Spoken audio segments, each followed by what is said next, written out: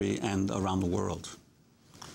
Tens of thousands of Palestinians have fled their homes in the southern town of Rafah as Israel intensifies the assault on the Gaza Strip. Palestinians reported Israeli airstrikes hit homes, mosques, and tunnels in the area.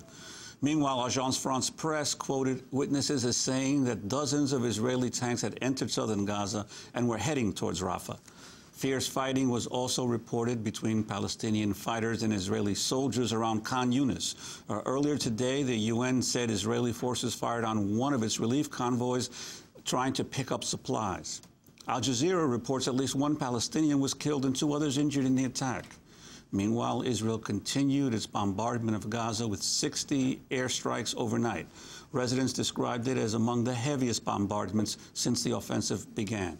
Al Jazeera reports at least 700 Palestinians, including 219 children, have died in Gaza since Israel began its assault on December 27th. More than 3,000 people have been wounded. 10 Israelis have died over the same 13-day period, including 7 soldiers, 4 of them by so-called friendly fire. On the diplomatic front, efforts to secure a truce in Gaza continue, with a senior Israeli official due to travel to Cairo to hear details of a ceasefire plan drawn up by Egypt and France. Israel said on Wednesday it accepted the principles of the proposal but wanted to study the plan. A Hamas delegation is expected in Cairo at some stage for parallel talks. Palestinian Authority leader Mahmoud Abbas is due to arrive on Friday. Meanwhile, the UN Security Council seems deadlocked over the crisis. Arab countries want the Council to vote on a resolution calling for a ceasefire, while Britain, France, and the U.S. are pushing for a weaker statement welcoming the Egypt-France proposal. We turn now to a discussion on the crisis in Gaza, the U.S. role in the conflict, and what the prospects are for the incoming Obama administration. Martin Indyk is the former U.S. ambassador to Israel and Assistant Secretary of State for Near East Affairs during the Clinton administration. He's currently the director of the Saban Center for Middle East Policy at the Brookings Institution. He has a new book out. It's called Innocent Abroad, an intimate account of American peace diplomacy in the Middle East. He's an advisor to Hillary Clinton, who was tapped to be Obama's Secretary of State and is among those mentioned as a potential special envoy to the Middle East. Martin Indyk joins us from Washington, D.C. We're also joined by Norman Finkelstein here in New York, leading critic of Israeli foreign policy, the author of several books, including The Holocaust Industry, Image and Reality of the Israel-Palestine Conflict, and Beyond Chutzpah. We turn first to Ambassador Indyk. Can you explain why you think Israel began this assault almost 2 weeks ago now? Good morning, Amy. Thanks very much for having me on the show. I feel a little bit sandbagged here. I was not told that I was going to be in some kind of debate with Norman Finkelstein. I'm not interested in doing that. I'm also not here as a spokesman for Israel, but I will try to answer your questions as best I can. I think that what happened here was that there was a ceasefire, an informal ceasefire between Hamas and Israel that had lasted for about 5 months. Hamas decided to break that ceasefire with a prolonged series of rocket attacks on Israeli civilians in southern Israel. And the Israeli government responded with overwhelming force, designed, as they have said, to try to re-establish deterrence to prevent Hamas from doing that again, and to try to get a ceasefire in place that would prevent Hamas from smuggling in offensive weapons into Gaza, the better to attack Israel. Norman Finkelstein, your assessment of why Israel attacked now? Well, the record is fairly clear. You can find it on the Israeli website, the Ministry of Foreign Affairs website. Mr. Indyk is correct that the Hamas had adhered to the ceasefire from June 17th until November 4th.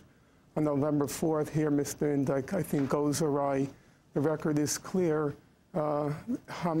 Israel broke the ceasefire by going into the Gaza and killing 6 or 7 Palestinian militants. At that point, and now I'm quoting the official Israeli website, Hamas retaliated, or in retaliation for the Israeli attack, then launched the missiles. Now, as to the reason why, the record is fairly clear as well. According to Haaretz, Defense Minister Barak began plans for this invasion before the ceasefire even began. In fact, according to yesterday's Haaretz, the plans for the invasion began in March. And the main reasons for the invasion, I think, are twofold. Number one, as Mr. Indyk, I think, correctly points out, to enhance what Israel calls its deterrence capacity, which in layman's language basically means Israel's capacity to terrorize the region into submission. After their defeat in July 2006 in Lebanon, they felt it important to transmit the message that Israel is still a fighting force, still capable of terrorizing those who dare defy its word. And the second main reason for the attack is because Hamas was signaling that it wanted a diplomatic settlement of the conflict along the June 1967 border. That is to say, Hamas was signaling they had joined the international consensus, it had joined most of the international community, overwhelmingly the international community, in seeking a diplomatic settlement. And at that point, Israel was faced with what Israelis call a Palestinian peace offensive. And in order to defeat the peace offensive, they sought to dismantle Hamas. I'd like to, Ambassador Indyk, this issue of supporters of Israel say repeatedly that Hamas is still committed to the destruction of Israel.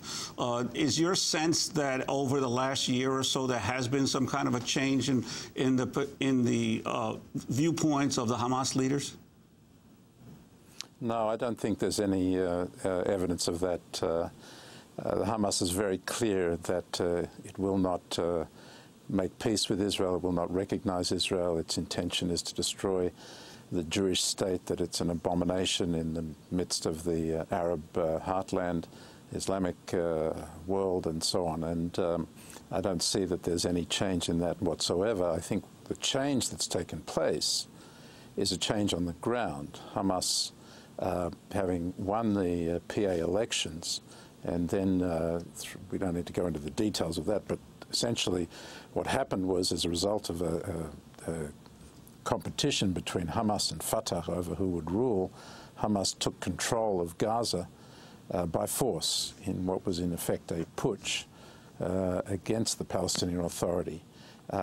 It therefore moved from being a terrorist organization to a terrorist government responsible for controlling territory in Gaza and responsible for meeting the needs of 1.5 million Palestinians in Gaza.